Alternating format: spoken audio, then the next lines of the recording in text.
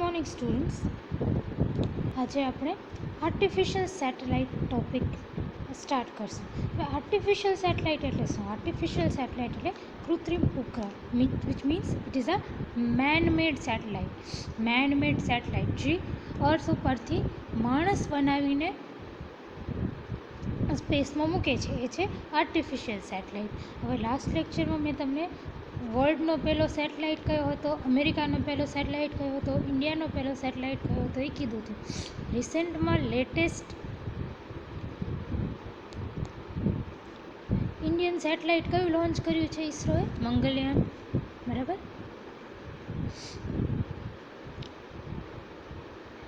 નાઉ આજની આપણી પેલી ટોપિક છે condition two put a satellite into orbit. Orbit એટલે કક્ષા. જો હવે ધારો કે આ આપણો અર્થ છે. સેટેલાઇટ કે ઉપગ્રહ જે છે એ અર્થના અરાઉન્ડ આ રીતે રિવોલ્યુશન કરે, આ રીતે ફરતું હોય. તો આ જે પાથ છે ને, આ પાથ જેના ઉપર તમારું સેટેલાઇટ મૂવ કરે, ફરે, એ પાથને ઓર્બિટ કહેવાય. Now we define orbital velocity. Orbital velocity of a satellite is defined as the minimum velocity required to place or maintain a satellite in a given orbit. હવે આ અર્થ ને એની આસપાસ તમારું ઓર્બિટ છે, તમારું સેટેલાઇટ આ રીતે મૂવ કરે છે. તો આ મૂવમેન્ટની કંઈક વેલોસિટી, કંઈક વેગ હશે.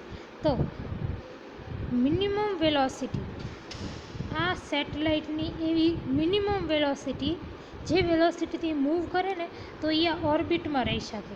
એનાથી ઓછી હોય કે એનાથી વધારે હોય તો એ આ જે ઓર્બિટ છે, આ પાથ છે, એના ઉપર ના રહે. સો મિનિમમ વેલોસિટી જેનાથી તમારું સેટેલાઇટ એ જગ્યા ઉપર રહી શકે, એ પાથ ઉપર રહી શકે, એને ઓર્બિટલ વેલોસિટી કહેવાય. Let v be the required velocity to project the satellite of mass m to revolve close around the earth.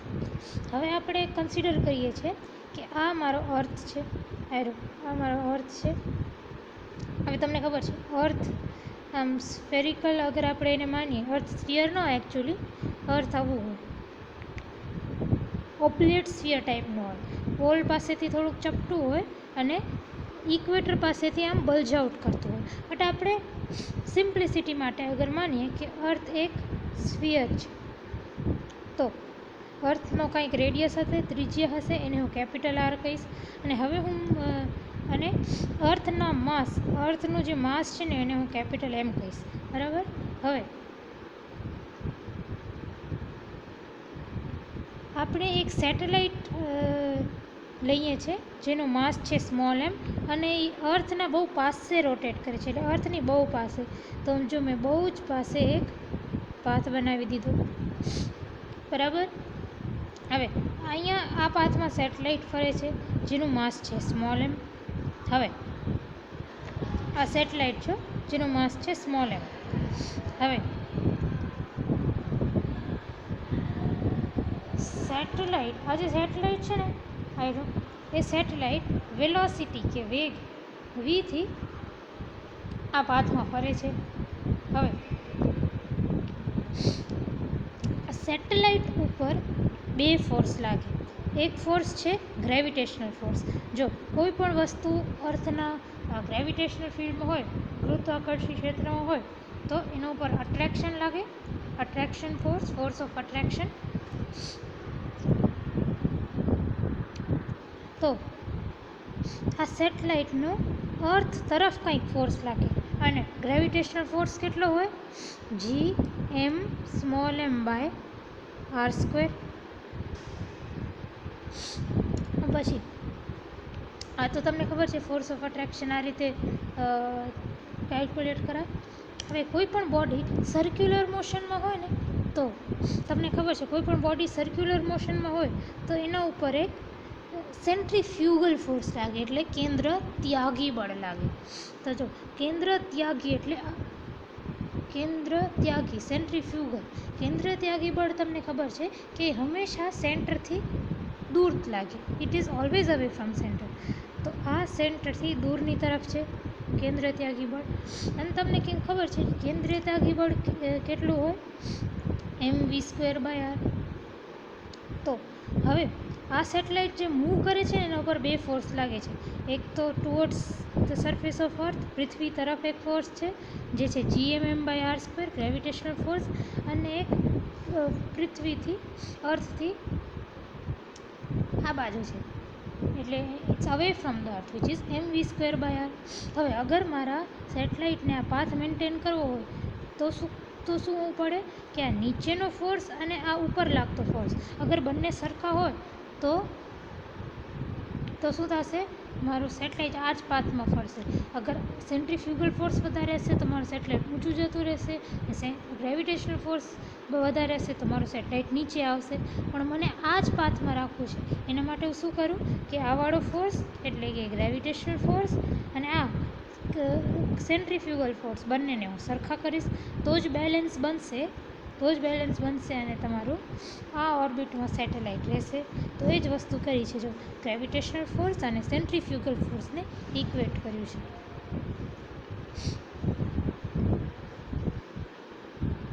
ઇક્વેટ કર્યું. હવે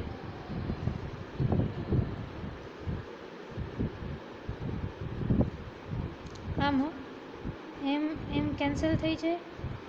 v² ને સબ્જેક્ટ ઓફ ઇક્વેશન લો, આને આ બાજુ લઈ જાઓ તો અહીંયા r કટ થાય ને r એક r રહે, તો v² = gm/r અને v = √gm/r.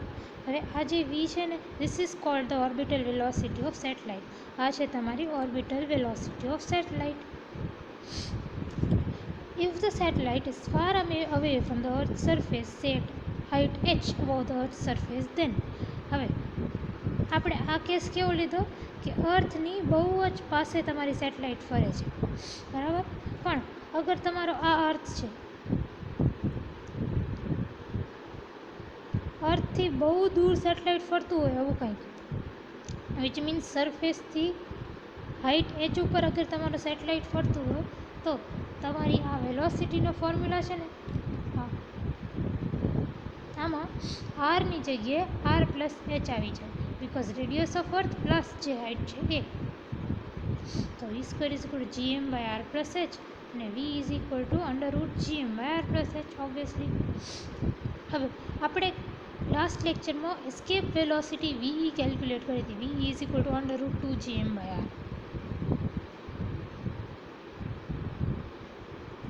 જો ve કેલ્ક્યુલેટ કરી હતી, v = √2gm/r.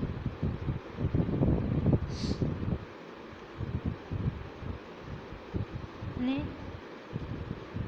આપણે આ લેક્ચરમાં ઓર્બિટલ વેલોસિટી v કેલ્ક્યુલેટ કરી. હવે આ v અને આ ve ને નો રેશિયો લો, v/ve કરો તો v શું છે? √gm/r. ve શું છે? √2gm/r. આપણે શું મળ્યું? v/ve = 1/√2. હવે આપણું ve કેટલું છે? ve આપણે લાસ્ટ લેક્ચરમાં કેલ્ક્યુલેટ કર્યું હતું 25,000 miles per hour આવ્યું. 25,000 miles per hour. 25,000 miles per hour divided by, અહીંયા નાખી દો value, divided by √2, which gives you v, that is the orbital velocity is 18,000 miles per hour. So hence for an elliptic orbit of a satellite, its velocity of projection should lie within the range 18,000 to 25,000 miles per hour. હવે orbital velocity 18,000 miles per hour એટલે શું? Orbital velocity શું હતી? It was the minimum velocity required to maintain a satellite in orbit. એટલે minimum ઓછામાં ઓછી આટલી 18,000 miles per hour તમારા સેટેલાઇટની વેલોસિટી હોય તો જ તમારું સેટેલાઇટ એ ઓર્બિટમાં ફરી શકે, બરાબર. હવે 18,000 એની મિનિમમ વેલ્યુ થઈ ગઈ. ટુ 25,000. હવે 25,000 માઇલ્સ પર આવર મેં મેક્સિમમ શું કામ રાખ્યું છે? તો જો તમારી એસ્કેપ વેલોસિટી કેટલી છે? Your escape velocity is 25,000 miles પર આવર. હવે આનાથી અગર એસ્કેપ વેલોસિટી શું છે કે અગર આનાથી વધારે તમે વેલોસિટી રાખો તો તમારી બોડી જે છે એ ગ્રેવિટેશનલ ફિલ્ડ ગુરુત્વાકર્ષણ ક્ષેત્રની પણ બહાર જતી રહે, ગ્રેવિટેશનલ ફિલ્ડથી બહાર જતી રહે અગર આનાથી વધારે તમારી વેલોસિટી હોય તો. અગર આનાથી વધારે વેલોસિટી હોય તો એ ગ્રેવિટેશનલ ફિલ્ડથી બહાર જતી રહે, અને ગ્રેવિટેશનલ ફિલ્ડથી બહાર જતી રહે તો એ પાછી ક્યારે અર્થ ઉપર આવશે નહીં, આપણે લાસ્ટ લેક્ચરમાં જોયું હતું. અને it will escape in space, નીકળી જ જશે. લાસ્ટ લેક્ચર તમે બરાબરથી જોજો, તમને યાદ આવશે. તો આપણે ઓર્બિટલમાં તો રાખવું છે, 18,000થી ઉપર તો રાખવું છે, પણ એટલી વધારે વેલોસિટી નથી કરવી કે અર્થથી જ નીકળી જાય, અર્થની ગ્રેવિટેશનલ ફિલ્ડથી જ નીકળી જાય. એટલે આપણે 25,000 માઇલ્સ પર આવરથી ઓછી રાખશું. તો આ હતી તમારી range, 18,000 to 25,000 miles per hour. Now, period of satellite revolving around the earth. Period એટલે શું? આ રીતે એક રિવોલ્યુશન થાય છે, બરાબર. ધારો કે આ તમારો સ્ટાર્ટિંગ પોઈન્ટ છે, સેટેલાઇટ અહીંયાથી સ્ટાર્ટ કરી ફરતે ફરતે પાછો આ જ પોઈન્ટ ઉપર આવે, એ કેટલા ટાઈમમાં આવે છે એને આપણે સેટેલાઇટનો પીરિયડ ટી કહેશું, બરાબર. Let omega be the angular velocity, એટલે કોણીય વેગ ઓમેગા છે. હવે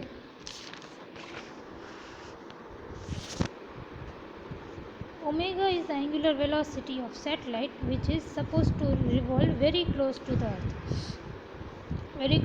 earth, of અને આપણે અર્થનો જે રેડિયસ છે એ લીધો છે r.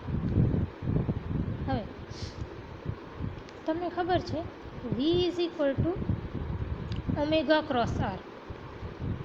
આ આપણે 12th સ્ટાન્ડર્ડમાં જોયેલું છે કે એંગ્યુલર વેલોસિટી એટલે કે કોણીય વેગ cross R, omega cross R કરો તો તમને વી મળે. V is equal to omega cross R.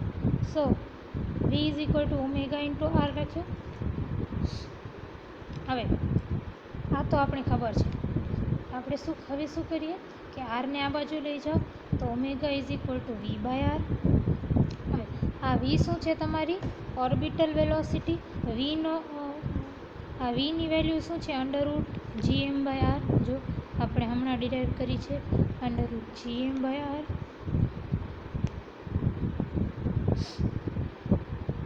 બરાબર. તો ઓમેગાની વેલ્યુ મળી.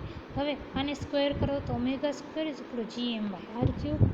હવે એંગ્યુલર વેલોસિટી એટલે કે કોણીય વેગ અને ફ્રીક્વન્સી એટલે આવર્તન વચ્ચે શું રિલેશન છે? Omega is equal two 2πf.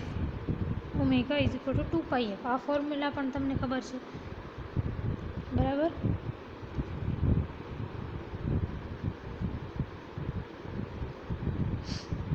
હવે frequency f is equal two 1/t. તો 2πfની જગ્યાએ 1/t, તો omega is equal two 2π/t. Omega is equal two 2π/t, તો omega square is equal two 4π²/t². હવે અહીંયા ઓમેગા સ્ક્વેરની જગ્યાએ 4π²/t² પુટ કરો તો આ ઇક્વેશન તમારી આવી કંઈક બનશે.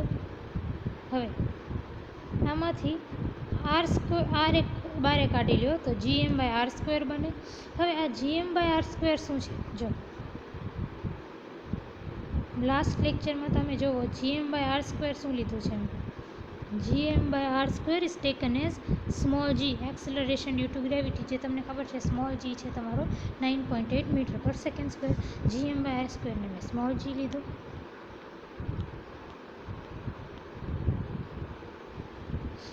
Small g by R. હવે t² ને સબ્જેક્ટ ઓફ ઇક્વેશન બનાવો આ બાજુ લઈ જઈને, અને r/g ને આ બાજુ લઈ જાઓ તો t² is equal two 4π² r/g. હવે આનો આ ઇક્વેશનનો અંડર રૂટ લો તો t is equal to 2π √r/g.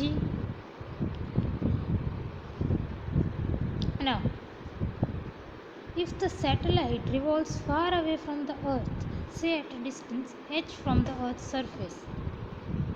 હવે સિચ્યુએશન એવી થઈ કે તમારો આ અર્થ છે જેનો રેડિયસ r છે અને તમારું સેટેલાઇટ અર્થથી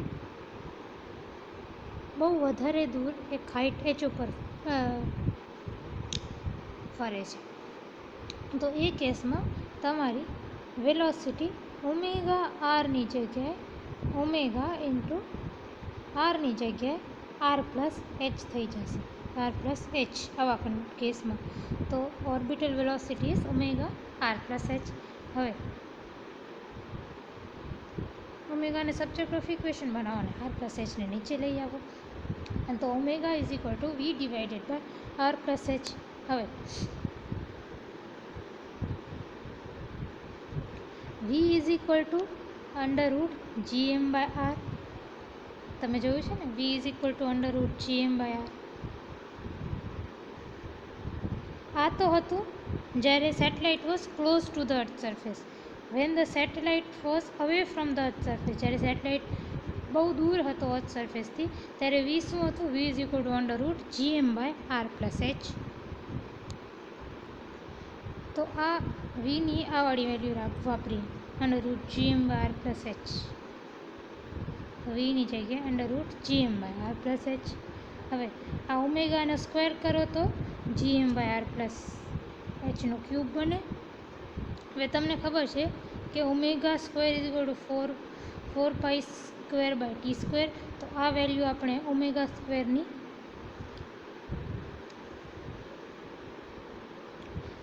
સ્ક્વેરની આ વેલ્યુ અહીંયા પુટ કરી 4π²/t². આમાં પુટ કરી દીધી.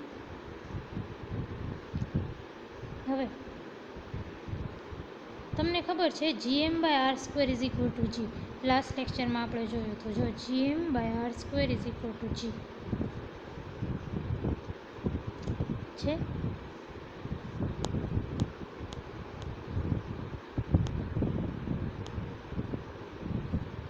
હવે આ r² ને આ બાજુ લઈ જાઓ તો gm is equal two gr² થઈ જાય.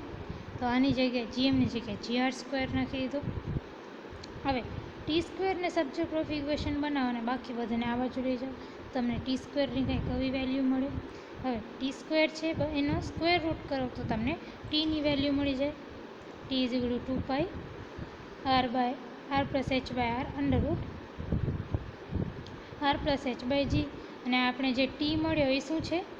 પીરિયડ આવર્તકાળ. પીરિયડ ઓફ રિવોલ્યુશન શું છે કે કેટલો ટાઈમ લગાડે તમારું સેટેલાઇટ એ જ પોઈન્ટ ઉપર આખું એક રિવોલ્યુશન કરવામાં કેટલો ટાઈમ લગાડે. ધારો કે અહીંયાથી સ્ટાર્ટ કર્યું, સેટેલાઇટ મૂવ કરતે પાછો અહીંયા જ આવી જાય એનામાં કેટલો ટાઈમ લાગે એ છે તમારું ટી પીરિયડ. બરાબર. તો આપણે અહીંયા પીરિયડ ટી ફાઇન્ડ આઉટ કર્યું. નેક્સ્ટ ટોપિક છે જીઓસ્ટેશનરી સેટેલાઇટ. જીઓસ્ટેશનરી સેટેલાઇટ એટલે ભૂસ્થિર ઉપગ્રહ. ભૂસ્થિર એ તમને નામથી જ ખબર પડતી હશે. જીઓસ્ટેશનરી ભૂસ્થિર એટલે કે જીઓ એટલે સમથિંગ રિલેટેડ ટુ અર્થ ને સ્ટેશનરી એટલે something which does not move, જે સ્થિર છે. ભૂસ્થિર, ભૂ એટલે અર્થથી રિલેટેડ અને સ્થિર તો તમને ખબર છે. તો એવું સેટેલાઇટ જે અર્થના ઇક્વેટર ઉપરથી સ્ટેશનરી કે સ્થિર દેખાય એવા સેટેલાઇટને જીઓસ્ટેશનરી સેટેલાઇટ કહેવાય. ભૂસ્થિર ઉપગ્રહ કહેવાય. એવું ઉપગ્રહ satellite would appear stationary over a point on Earth's surface if its orbit is equatorial and circular at such a height over the Earth that its period of revolution is 24 hours. હવે કોઈ પણ satellite એ ના equator ઉપરથી stationary કે સ્થિર ક્યારે દેખાશે? હવે અર્થ સ્ટેશનરી છે, અર્થ સ્થિર છે આપણો? ના, અર્થ પણ આપણો રોટેટ કરે છે, આમ રોટેટ કરે છે, પોતાના એક્સિસ ઉપર રોટેશન કરે છે અર્થ આવી રીતે એક્સિસ છે ને, આમ એક્સિસ ઉપર આપણો અર્થ રોટેટ કરે છે, અને આપણો અર્થ રોટેટ કરે એના કારણે દિવસ અને રાત થાય, અને આખો રોટેટ કરીને પાછો પોતાની જગ્યાએ આવે એનામાં 24 hours લાગે. એટલે એક રોટેશન થયો એટલે આપણે અર્થ ઉપર કહીએ છીએ કે 1 day થયો, વિચ ઇઝ 24 hours. હવે અર્થ પણ મૂવ કરે છે, બરાબર? તો અગર આપણે સેટેલાઇટના રિવોલ્યુશન પીરિયડને પણ 24 hours બતાવી દઈએ તો આપણે અર્થ ઉપરથી એ સેટેલાઇટ, અર્થના ઇક્વેટર ઉપરથી એ સેટેલાઇટ સ્થિર સ્ટેશનરી દેખાય. હવે આના માટે તમે સમજો કે તમે એક ટ્રેન ઉપર છો. હવે તમે ટ્રેન ઉપર ઊભા છો, તો હવે ટ્રેન ઉપર તમે ઊભા છો તો તમે એકચ્યુઅલી સ્ટેશનરી નથી, તમે ટ્રેનની સ્પીડ સાથે મૂવ કરો છો, પણ તમને ટ્રેન ઉપર તમારો જે કો પેસેન્જર હશે, બીજું માણસ હશે ટ્રેનમાં, એ તમને સ્ટેશનરી દેખાશે. એ પણ એકચ્યુઅલી મૂવ કરે છે તમારા સાથે સેમ સ્પીડ ઉપર, એ માણસ પણ મૂવ કરે છે, પણ તમે પણ એ જ ટ્રેનવાળી સ્પીડથી મૂવ કરો છો ને, એ માણસ પણ ટ્રેનવાળી સ્પીડથી મૂવ કરે છે. એટલે તમને એ બીજો માણસ, ટ્રેનમાં બેઠેલો બીજો માણસ તમને સ્થિર કે સ્ટેશનરી લાગશે, કારણ કે તમારા બંનેની વેલોસિટી સરખી છે. એ જ રીતે આપણો જે અર્થ છે એ 24 hours એક રોટેશન કરે છે. તો આપણે સેટેલાઇટનું પીરિયડ ઓફ રિવોલ્યુશન 24 hours રાખી દઈએ તો અર્થ ઉપરથી ઓબ્ઝર્વ કરતા માણસને અર્થ ઉપરથી એ સેટેલાઇટ કોન્સ્ટન્ટ નહીં પણ સ્ટેશનરી લાગે, બરાબર? then it would be synchronous with Earth's spin. Such a satellite is known as geostationary satellite. આવા સેટેલાઇટને geostationary satellite કહેવાય. ફરીથી,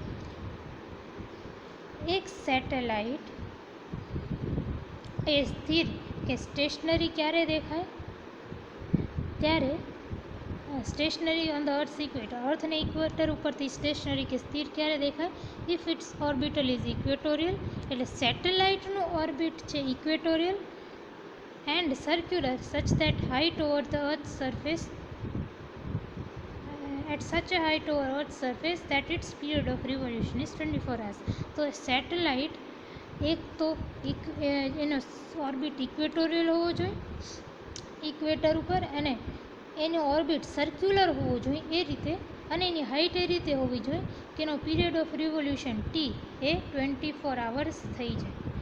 આવા સેટેલાઇટને જીઓસ્ટેશનરી કે ભૂસ્થિર સેટેલાઇટ કહેવાય. આ એક લોંગ ક્વેશ્ચન છે, આ હોમવર્ક મળ્યો. Define orbital velocity of an artificial satellite and obtain expression for its periodic time T for a satellite revolving near the earth surface. હવે તમને શું કરવાનું છે કે ઓર્બિટલ વેલોસિટી ડિફાઇન કરો, એટલે કે આટલું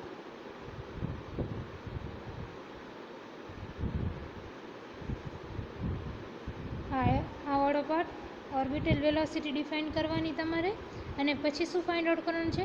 પીરિયડ, એટલે કે આ ફાઇન્ડ કરો. પીરિયડ શું કયા કન્ડિશનમાં? હવે જો પીરિયડ માટે પણ આપણે બે કન્ડિશન્સ ડિરાઈવ કરી છે. એક કે satellite is revolving very close to earth, તો તમને આ ડિરાઈવ કરવાનું. તમને પૂછે કે satellite revolves far away from the earth at distance h, અગર બહુ વધારે ડિસ્ટન્સ છે, ડિસ્ટન્સ h ઉપર અગર રિવોલ્વ કરે છે તો આ વાળી ફોર્મ્યુલા ડિરાઈવ કરવાની. આપણે ક્વેશ્ચનમાં કીધું છે સેટેલાઇટ વેરી નિયર ધ અર્થ કે વેરી ક્લોઝ ટુ અર્થ, તો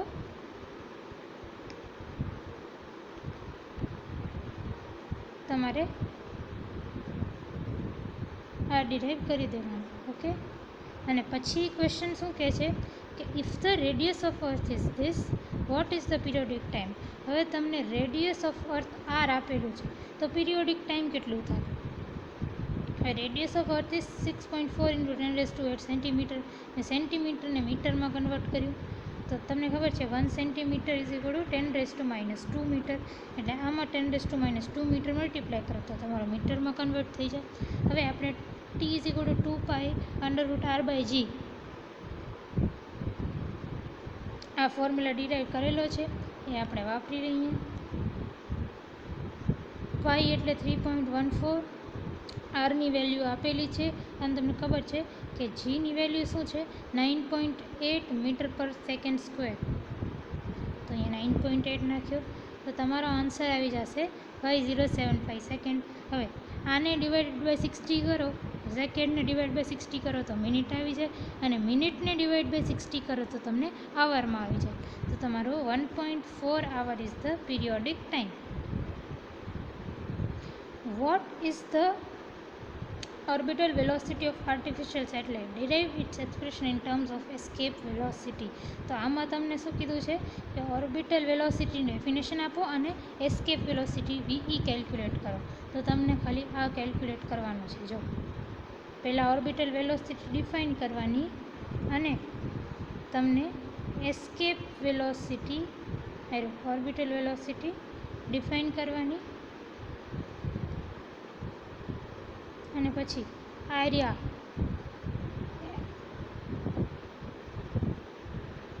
અહીંયાથી ચાલુ કરીને એસ્કેપ વેલોસિટી ડિરાઈવ કરવાની, અને એસ્કેપ વેલોસિટી મળી જાય એના પછી તમને શું કીધું છે આ ડિરાઈવ કરવાનું કીધું. જો ફરીથી જોજો.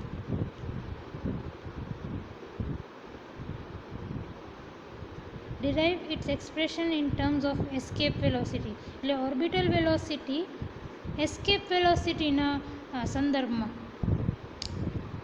વિચ મીન્સ આવડા ફોર્મ્યુલા V/VE. જો તો આપણે V is equal two VE /√2 મળ્યું. આ તમે તો લખો આવડું બધું જો 10 માર્કનું હોય. જો 5 માર્કનું હોય તો તમને શું કરવાનું, 5 માર્કનું હોય તો ઓર્બિટલ વેલોસિટી ડિફાઇન કરી દેવાની, અને પછી ઓર્બિટલ વેલોસિટી જ કેલ્ક્યુલેટ કરવાની ને અહીંયા કરતું જવાનું, અને પછી વી નો ધેટ એસ્કેપ વેલોસિટી કરીને આ એસ્કેપ વેલોસિટી ડાયરેક્ટલી લઈ લેવાની. બરાબર. 5 માર્કમાં હોય તો આટલા સુધી લખવું ઇનફ છે. હવે short question, what is geostationary satellite? આવી ડેફિનેશન આપેલી છે જીઓસ્ટેશનરી સેટેલાઇટની અહીંયા સુધી.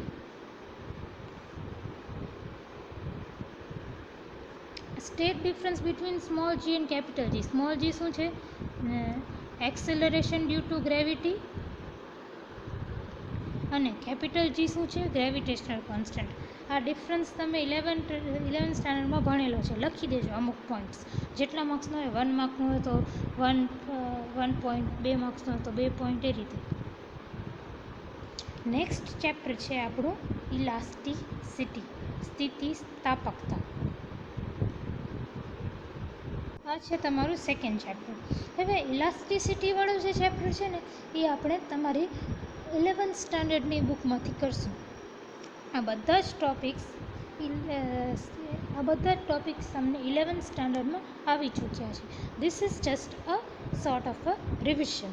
તો હું તમને જ્યારે યુનિટ 3 101ની યુનિટ 3 મોકલીશ ને એની PDF સાથે તમે ટીચમેન્ટ ટેપમાં જોજો. તો મેં છેલ્લે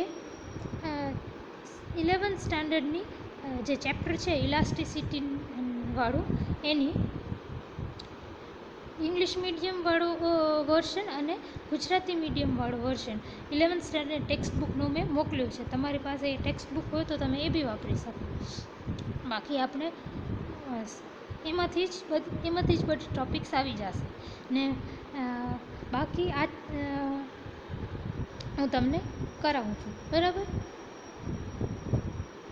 તમને આ ટૉપિકને બહુ ડિટેલમાં કરવી હોય તો 11th સ્ટાન્ડર્ડનું ફરીથી રિવાઇઝ કરજો અને આપણે થોડુંક રિવિઝન હમણાં પણ કરશું. હવે first topic is elasticity and plasticity. તો ગુજરાતીમાં ઇલાસ્ટિસિટી એટલે સ્થિતિસ્થાપકતા અને ગુજરાતીમાં પ્લાસ્ટિસિટી એટલે અસ્થિતિસ્થાપકતા. The property of a body by virtue of which it tends to regain its original size and shape when applied force is removed is known as elasticity. તો કોઈ પણ બોડી ઉપર તમે ફોર્સ લગાવો ત્યારે એની ઓરિજિનલ સાઇઝ અને shape change થાય. જ્યારે તમે ફોર્સને પાછું ખેંચો ત્યારે તમારી બોડી પોતાનો ઓરિજિનલ સાઇઝ અને ઓરિજિનલ શેપને પાછું લાવવાની ટ્રાય કરી. ટેન્સ ટુ રિગેન, ફરીથી પાછો ફોર્સના કારણે જે શેપ અને સાઇઝ ચેન્જ થઈ હતી, ફોર્સને તમે જ્યારે ફોર્સ લગાવવાનું છોડી દો, ફોર્સ કાઢી નાખો, ત્યારે તમારી બોડી પાછી એ સાઇઝ અને શેપને પાછી ઓરિજિનલ સાઇઝ ઉપર આવવાની ટ્રાય કરે, ઓરિજિનલ સાઇઝ અને શેપ. આ જે પ્રોપર્ટી છે ને એને ઇલાસ્ટિસિટી કે સ્થિતિસ્થાપકતા કહેવાય. And the deformation caused is known as elastic deformation. હવે ડિફોર્મેશન એટલે વિરૂપણ કાં પછી વિરૂપતા, એટલે તમારું ફોર્મ ચેન્જ થવું. વિરૂપતા, ફોર્મ ચેન્જ થવાને ડિફોર્મેશન કહેવાય. બરાબર? તો ફોર્સ તમે લગાવો તો તમારી ઓરિજિનલ સાઇઝ કે શેપ કે જેને તમે એનો ફોર્મ કહી શકો એ ચેન્જ થાય છે. તો આપણે કહીએ છીએ કે ફોર્સ લગાવ્યો એના કારણે ડિફોર્મેશન થાય છે. અને જે ડિફોર્મેશન થયો ને એને ઇલાસ્ટિક ડિફોર્મેશન કે પછી સ્થિતિસ્થાપક વિરૂપતા કહેવાય. Substances which have no gross tendency to regain their previous shape when applied force is removed is known as plastic. And this property is known as plasticity. હવે અમુક સબસ્ટન્સ એવા હોય જેના ઉપર તમે ફોર્સ અપ્લાય કરો, બરાબર, તો એનો શેપ ચેન્જ થઈ જાય. જ્યારે તમે ફોર્સને પાછો લઈ લો ને તો તમારી બોડી પાછી તમારા પ્રીવિયસ શેપમાં, જૂના શેપમાં નહીં આવે. એવી જે બોડી છે એને આપણે પ્લાસ્ટિક બોડી કે જેને તમે અસ્થિતિસ્થાપક કહી શકો.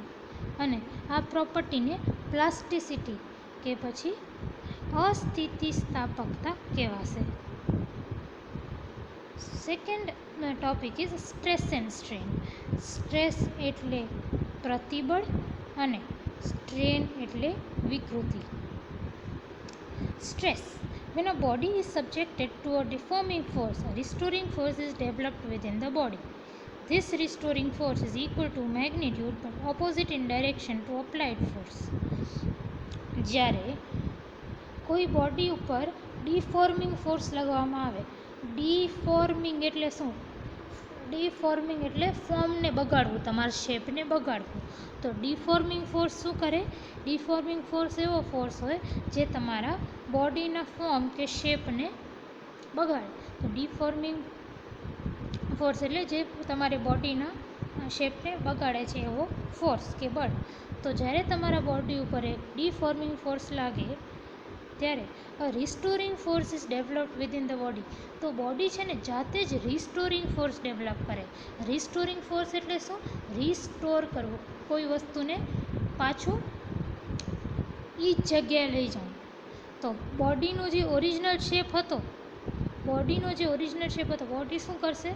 બોડી પોતે એક રિસ્ટોરિંગ ફોર્સ ડેવલપ કરશે. રિસ્ટોરિંગ ફોર્સ એટલે એવો ફોર્સ જે તમારી બોડીને પાછું ઓરિજિનલ શેપમાં લઈ જાય છે. તો જ્યારે તમારી બોડી ઉપર એક ડિફોર્મિંગ ફોર્સ લાગે છે તો તમારી બોડી જાતે જ અંદરથી એક રિસ્ટોરિંગ ફોર્સ ડેવલપ કરે છે જે તમારી બોડીને ઓરિજિનલ શેપ ઉપર લઈ જવાની ટ્રાય કરે છે. એ છે રિસ્ટોરિંગ ફોર્સ.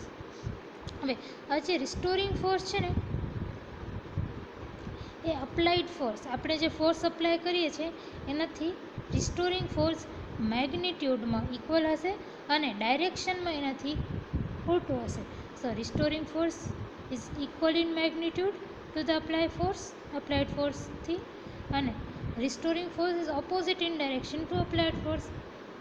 અપ્લાઇડ ફોર્સની વિપરીત દિશામાં હશે. The restoring force per unit area is called stress. તો આ જે રિસ્ટોરિંગ ફોર્સ છે એફ પર યુનિટ એરિયા એને આપણે સ્ટ્રેસ કહીએ. Stress is equal to F by A. હવે ફોર્સનું યુનિટ શું છે? ન્યૂટન. અને એરિયાનો યુનિટ શું છે? SI unit metre square. So SI unit of stress is equal to newton by metre square. હવે તમને ખબર છે newton by metre square is equal to pascal, that is PA. So SI unit of stress is Pascal. હવે 3 ટાઈપના stress હોય છે. લોંગિટ્યુડનલ stress, જેને કે પ્રતિબળ કહેવાય. ટેન્જેન્શિયલ ઓર શિયરિંગ સ્ટ્રેસ, જેને કે આકાર પ્રતિબળ કહેવાય. અને હાઇડ્રોલિક ઓર વોલ્યુમ સ્ટ્રેસ, જેને કે કદ પ્રતિબળ કહેવાય. હવે લોંગિટ્યુડનલ સ્ટ્રેનના 2 ટાઈપ્સ હોય. ટેન્સાઇલ સ્ટ્રેસ એટલે કે તણાવ પ્રતિબળ, અને કોમ્પ્રેસિવ સ્ટ્રેસ એટલે કે દાબીય પ્રતિબળ. હવે લોંગિટ્યુડનલ સ્ટ્રેસને હું સિગ્મા તરીકે ડોનેટ કરીશ. અહીંયા મેં લખ્યું છે, કદાચ સ્કેન નથી થયું. હવે આ 3 ટાઈપના સ્ટ્રેસ જે છે એ ડિટેલમાં તમારે 11th સ્ટાન્ડર્ડની ટેક્સ્ટ બુકમાં છે. તમને જોતું હોય કે હું તમને 11th સ્ટાન્ડર્ડનું પણ ફરીથી રિવાઇઝ કરાવું, તમને 11th સ્ટાન્ડર્ડ બી સમજાતું નથી તો હું તમને સમજાવીશ. બાકી આ 3 ટાઈપના જે સ્ટ્રેસ છે એ તમે 11th સ્ટાન્ડર્ડની બુકમાંથી સરખી રીતે ડિટેલમાં સ્ટડી કરી શકો છો. ના, સ્ટ્રેન એટલે વિકૃતિ. Strain is a ratio of change in dimension two original dimension. હવે જ્યારે તમે કોઈ ફોર્સ લગાવો છો ત્યારે તમારી બોડી, તમે જ્યારે કોઈ ડિફોર્મિંગ ફોર્સ લગાવો છો ત્યારે તમારી બોડીનો શેપ કે ડાયમેન્શન ચેન્જ થાય છે. હવે સ્ટ્રેન શું છે? Change in dimension divided by original dimension. Strain is equal to change in dimension. ફોર્સના કારણે શું ડાયમેન્શન ચેન્જ થયું, ડિવાઇડેડ બાય ફોર્સ લગાવવા પહેલાં ઓરિજિનલી કેટલો ડાયમેન્શન હતું. So strain is equal to ratio of change of dimension divided by original dimension. હવે strain is unitless. સ્ટ્રેનની કોઈ યુનિટ નથી.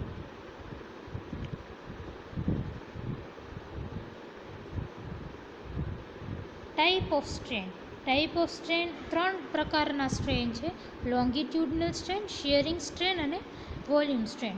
લોંગિટ્યુડનલ સ્ટ્રેન એટલે પ્રતાન વિકૃતિ, શિયરિંગ સ્ટ્રેન એટલે આકાર વિકૃતિ, અને વોલ્યુમ સ્ટ્રેન એટલે કે કદ વિકૃતિ. હવે લોંગિટ્યુડનલથી તમને વર્ડથી જ ખબર હોય. Longitudinal means something which has to do with length. તો લોંગિટ્યુડનલ સ્ટ્રેનમાં શું થાય કે લેન્થ ચેન્જ થાય. હવે સ્ટ્રેન એની ડેફિનેશન શું છે? Ratio of change in dimension. So change in what? Longitudinal છે એટલે લેન્થ. ચેન્જ ઇન લેન્થ એટલે del L to original length. So del L by L. અને longitudinal strain del L by ડેલને હું epsilon કહીશ. Than shearing strain એટલે આકાર વિકૃતિ, અને તમે ડેલ્ટા એક્સ બાય એલ થી ડિનોટ કરી શકો, ટેન થીટા. અને બીજું છે વોલ્યુમ સ્ટ્રેન, કદ વિકૃતિ, એટલે તમારું આમાં વોલ્યુમ ચેન્જ થાય છે. તો વોલ્યુમ ચેન્જ ઇન ડાયમેન્શન, આ કેસમાં ચેન્જ ઇન વોલ્યુમ એટલે કે કદ. Change in volume is delta V. Ratio of change in volume to original volume એટલે ડેલ્ટા વી. તો ડેલ્ટા વી અને વીના રેશિયોને આપણે વોલ્યુમ સ્ટ્રેન કહીશું. આ છે તમારું સ્ટ્રેન, બરાબર. આ પણ તમે ડિટેલમાં 11th સ્ટાન્ડર્ડની ટેક્સ્ટ બુકમાંથી સ્ટડી કરી શકો છો. Next is Hooke's law. Hooke's law શું? For small deformations the stress and strain are proportional to each other. જ્યારે ડિફોર્મેશન નાના હોય, ફોર સ્મોલ ડિફોર્મેશન, સ્ટ્રેસ અને સ્ટ્રેન એકબીજાથી પ્રપોર્શનલ હોય. પ્રપોર્શનલ એટલે સમપ્રમાણમાં હોય. હવે પ્રપોર્શનાલિટી સાઇનને હટાડવા મને એક કોન્સ્ટન્ટ લગાવવો પડે. કોન્સ્ટન્ટ કે લગાવ્યો છે, stress is equal two k into strain. આ જે કે છે ને એને પ્રોપોર્શનાલિટી કોન્સ્ટન્ટ કહેવાય. સો આ જે કે છે, જે આપણે પ્રોપોર્શનાલિટી સાઇન હટાડવા નાખ્યો એને આપણે પ્રોપોર્શનાલિટી કોન્સ્ટન્ટ કહીએ, કાં પછી મોડ્યુલસ ઓફ ઇલાસ્ટિસિટી કહીએ. સો કે ઇઝ મોડ્યુલસ ઓફ ઇલાસ્ટિસિટી, જેને ગુજરાતીમાં સ્થિતિસ્થાપકતા અંક કહેવાય. હવે આ છે તમારો stress strain curve. Stress strain curve શું છે? એક તમને ગ્રાફ ડ્રો કરવાનો, જેના વાય એક્સિસ ઉપર સ્ટ્રેસ હોય અને એક્સ એક્સિસ ઉપર સ્ટ્રેન હોય, અને પછી તમે આ સ્ટ્રેસ સ્ટ્રેન તમારો કર્વ છે.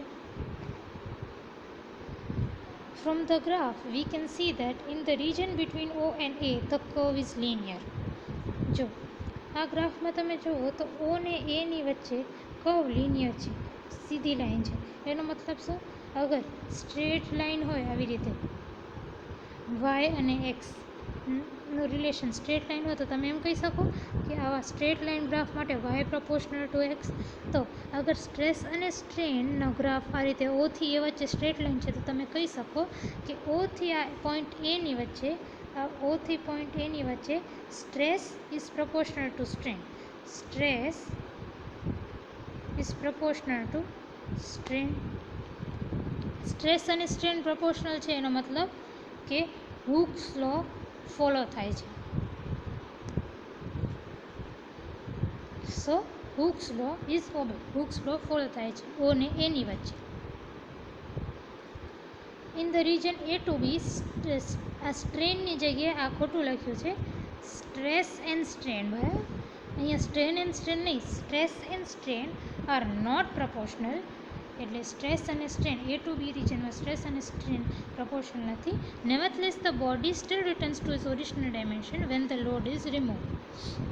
હવે એ અને બી વચ્ચે જુઓ તો આવું કંઈક થાય છે, આવું રીજન આવે છે, સીધી લાઈન નથી. આમ જે સીધી લાઈન હતી, સીધી લાઈન નથી, આવું આવે છે. તો એનો મતલબ કે સ્ટ્રેસ અને સ્ટ્રેન પ્રપોર્શનલ નથી, સીધી લાઈન નથી, તો સ્ટ્રેસ અને સ્ટ્રેન પ્રપોર્શનલ નથી. છતાં પણ જ્યારે તમે બોડી ઉપરથી લોડ કે ફોર્સ હટાવો, તો તમારી બોડી પાછી પોતાના ઓરિજિનલ સ્ટેટમાં આવશે એ ટુ બીની વચ્ચે. સો એ વસ્તુ છે, જો એ ને બી વચ્ચે સ્ટ્રેસ અને સ્ટ્રેન પ્રપોર્શનલ નથી, કારણ કે આવું રીજન છે, સ્ટ્રેટ લાઇન રીજન નથી. પણ બોડી જ્યારે તમે લોડ હટાવશો ત્યારે બોડી પોતાના ઓરિજિનલ ડાયમેન્શનમાં પાછી આવી જશે. બોડી પોતાની ઓરિજિનલ ડાયમેન્શનમાં આવી જાય એને શું કહેવાય? બોડી જ્યારે પોતાની ઓરિજિનલ સાઇઝમાં આવી જાય એને ઇલાસ્ટિસિટી કે ઇલાસ્ટિક ડિફોર્મેશન કહેવાય. તો આ જે પોઈન્ટ છે ને બી, એને આપણે ઇલાસ્ટિક લિમિટ કહેશું, કારણ કે જ્યારે તમે લોડ કે ફોર્સ હટાવો છો ત્યારે તમારી બોડી પાછી ઓરિજિનલ ડાયમેન્શનમાં આવી જાય છે, તો એને આપણે ઇલાસ્ટિક લિમિટ કહેશું કાં યીલ્ડ પોઈન્ટ કહેશું. And the corresponding stress is called yield strength of the material. Yield strength એટલે આ જે યીલ્ડ પોઈન્ટ છે બી, એના ઉપર જે બી પોઈન્ટ ઉપર જે સ્ટ્રેસ લાગે છે ને, જે સ્ટ્રેસ, એને આપણે યીલ્ડ સ્ટ્રેન્થ કહેશું. Yield strength. Yield strength.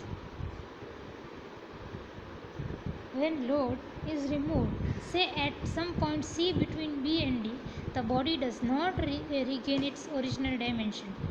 The material is said to have a permanent set. હવે આ બી અને ડી વાળો રીજન છે, એના વચ્ચે કોઈ એક પોઈન્ટ સી ઉપર અગર તમે લોડને કે ફોર્સને પાછો લગાવવાનું બંધ કરી દેશો તો શું થશે કે તમારી બોડી જે છે એ પોતાના ઓરિજિનલ શેપમાં નહીં આવે. પોતાના ઓરિજિનલ શેપમાં નહીં આવે તો એને શું કહેવાય, જ્યારે બોડી તમારા ઓરિજિનલ કે પ્રીવિયસ શેપમાં ના આવે તો એ બોડીને પ્લાસ્ટિક બોડી કહેવાય, કે આપણે પ્લાસ્ટિસિટી ઓબ્ઝર્વ કરેલી કહેવાય. તો અહીંયાથી પ્લાસ્ટિક રિજન સ્ટાર્ટ થાય છે. So deformation is said to be plastic deformation and material is said to have a permanent set. તો મટીરિયલને કહેવાય કે મટીરિયલમાં એક પરમનન્ટ સેટ આવી ગયો છે. The point D on the graph is the ultimate tensile strength of the material. આ જે point D છે ને, આ પોઈન્ટ ડી, એના ઉપર પોઈન્ટ ડીના ઉપર જે સ્ટ્રેસ છે ને સિગ્મા યુ કહેશું, અને પોઈન્ટ ડીના ઉપર જે સ્ટ્રેસ છે ને આપણે અલ્ટિમેટ ટેન્સાઇલ સ્ટ્રેન્થ કહેશું. આ શું છે, આ પોઈન્ટ ઉપર અલ્ટિમેટ ટેન્સાઇલ સ્ટ્રેન્થ.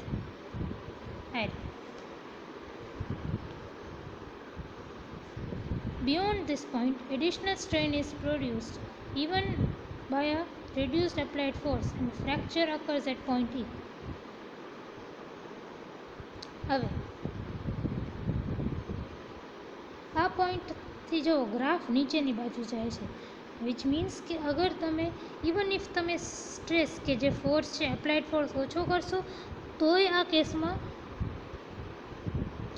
તોય સ્ટ્રેન વધશે તમારો, અને એક પોઈન્ટ ઈ સુધી પહોંચશે, અને આ પોઈન્ટ ઈને ફ્રેક્ચર પોઈન્ટ કહેવાય. હવે if the ultimate strength and fracture points D and E are close, the material is said to be brittle.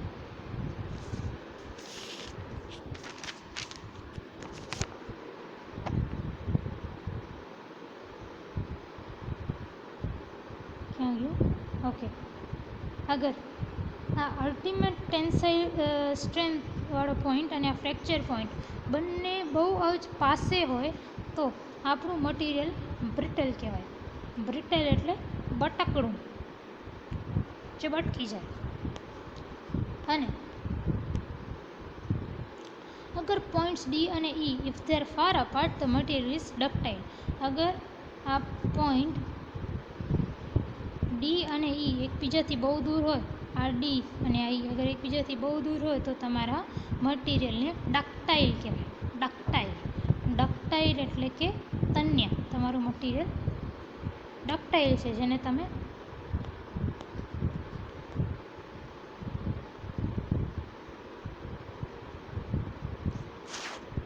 તન્ય કહી શકો. Next topic is elastic modulus. હવે modulus of elasticity. Modulus of elasticity is ratio of stress and strain. Strain and strain નહીં, stress and strain. બરાબર, અહીંયા લખવામાં ભૂલ છે. Ratio of stress by strain. So ratio એટલે ગુણોત્તર. તો સ્ટ્રેસ ડિવાઇડેડ બાય સ્ટ્રેન કરો તો તમને મોડ્યુલસ ઓફ ઇલાસ્ટિસિટી મળે. તમને શું મળે? Modulus of elasticity. હવે 3 મોડ્યુલસ ઓફ ઇલાસ્ટિસિટી છે: યંગ્સ મોડ્યુલસ, શિયર મોડ્યુલસ અને bulk modulus. Young modulus Y શું છે? Ratio of longitudinal stress to longitudinal strain. એટલે કે પ્રતાન પ્રતિબળ અને પ્રતાન વિકૃતિનો ગુણોત્તર લેશો તો તમને યંગ્સ મોડ્યુલસ વાય મળશે. તો પ્રતાન પ્રતિબળ એટલે કે સિગ્મા અને પ્રતાન વિકૃતિ એટલે કે એપ્સાઇલોન. તો sigma by epsilon is equal to Young's modulus Y. હવે સ્ટ્રેસનો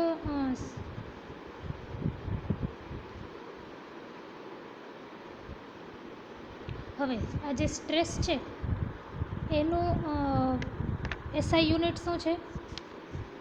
સ્ટ્રેસની એસઆઈ યુનિટ હોય પાસ્કલ. બરાબર, ઉપર આપણે જોઈ સ્ટ્રેસની એસઆઈ યુનિટ હોય પાસ્કલ. અને સ્ટ્રેન જે છે એ યુનિટલેસ હોય તો સ્ટ્રેસ બાય સ્ટ્રેન એ શું છે તમારું મોડ્યુલસ ઓફ ઇલાસ્ટિસિટી છે. આ મોડ્યુલસ ઓફ ઇલાસ્ટિસિટી. હવે સ્ટ્રેસની એસઆઈ યુનિટ છે પાસ્કલ અને સ્ટ્રેન યુનિટલેસ છે એટલે 1 રાખો. તો સ્ટ્રેસ બાય સ્ટ્રેન જે કે તમારું મોડ્યુલસ ઓફ ઇલાસ્ટિસિટી છે એની એસઆઈ યુનિટ શું હશે પાસ્કલ. તો એની એસઆઈ યુનિટ પાસ્કલ લીધી. હવે બીજો મોડ્યુલસ ઓફ ઇલાસ્ટિસિટી છે shear modulus or modulus of rigidity. હવે શિયર મોડ્યુલસને હું કેપિટલ G થી ડિફાઇન કરીશ. સો શિયર મોડ્યુલસ એટલે શું ratio of shear stress to shear strain. Shear stress divided by shear સ્ટ્રેનનો રેશિયો કરો તો તમને શિયર મોડ્યુલસ મળે. શિયર સ્ટ્રેસ એટલે કે આકાર પ્રતિબળ ડિવાઇડેડ બાય આકાર વિકૃતિ, ધેટ ઇઝ યોર G. આનું પણ એસઆઈ યુનિટ પાસ્કલ હશે. સ્ટ્રેસ બાય સ્ટ્રેન એટલે કે સ્ટ્રેસનું યુનિટ પાસ્કલ અને સ્ટ્રેન તમારી યુનિટલેસ છે તો જીની યુનિટ પણ પાસ્કલ થશે. એ જ રીતે બલ્ક મોડ્યુલસ છે. બલ્ક મોડ્યુલસ શું છે ratio of hydraulic stress to hydraulic strain એટલે કદ પ્રતિબળ અને કદ વિકૃતિનો રેશિયો ગુણોત્તર. આવું એની પણ યુનિટ પાસ્કલ હશે. હવે આપણે એક કમ્પ્રેસિબિલિટી કે ડિફાઇન કરીએ which is the inverse of bulk modulus B. Bulk modulus is denoted by B અને આપણે એક કમ્પ્રેસિબિલિટી ફેક્ટર ડિફાઇન કરીએ જે બલ્ક મોડ્યુલસ બીનો ઇન્વર્સ હશે. હવે આ લોંગ ક્વેશ્ચન એક હોમવર્ક મળ્યો. Draw stress strain graph and explain its various parts. એટલે કે આ જે છે આ કર્વને ડ્રો કરવાનું ને આ જે બધા પાર્ટ્સ છે એના એ બધા જ પાર્ટ્સને આખું જે લખેલું છે એ રીતે એક્સપ્લેન કરવાનું. ત્યાં સુધી આ શોર્ટ ક્વેશ્ચન, આ બધા શોર્ટ ક્વેશ્ચનનું હોમવર્ક મળ્યું બરાબર. Unit of bulk modulus is pascal, that is newton per metre square. Define Young modulus, અહીંયા ડેફિનેશન છે. પછી ડિફાઇન સ્ટ્રેસ, તો સ્ટ્રેસની ડેફિનેશન છે આઈડિયા જે છે સ્ટ્રેસની ડેફિનેશન છે અહીંયા સુધી.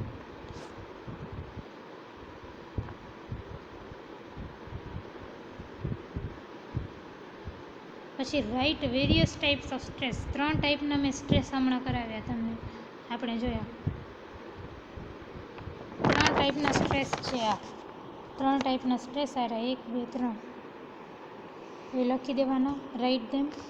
અને પછી ડિફાઇન ડક્ટાઇલ મેટલ. ડક્ટાઇલ એટલે કે તન્ય.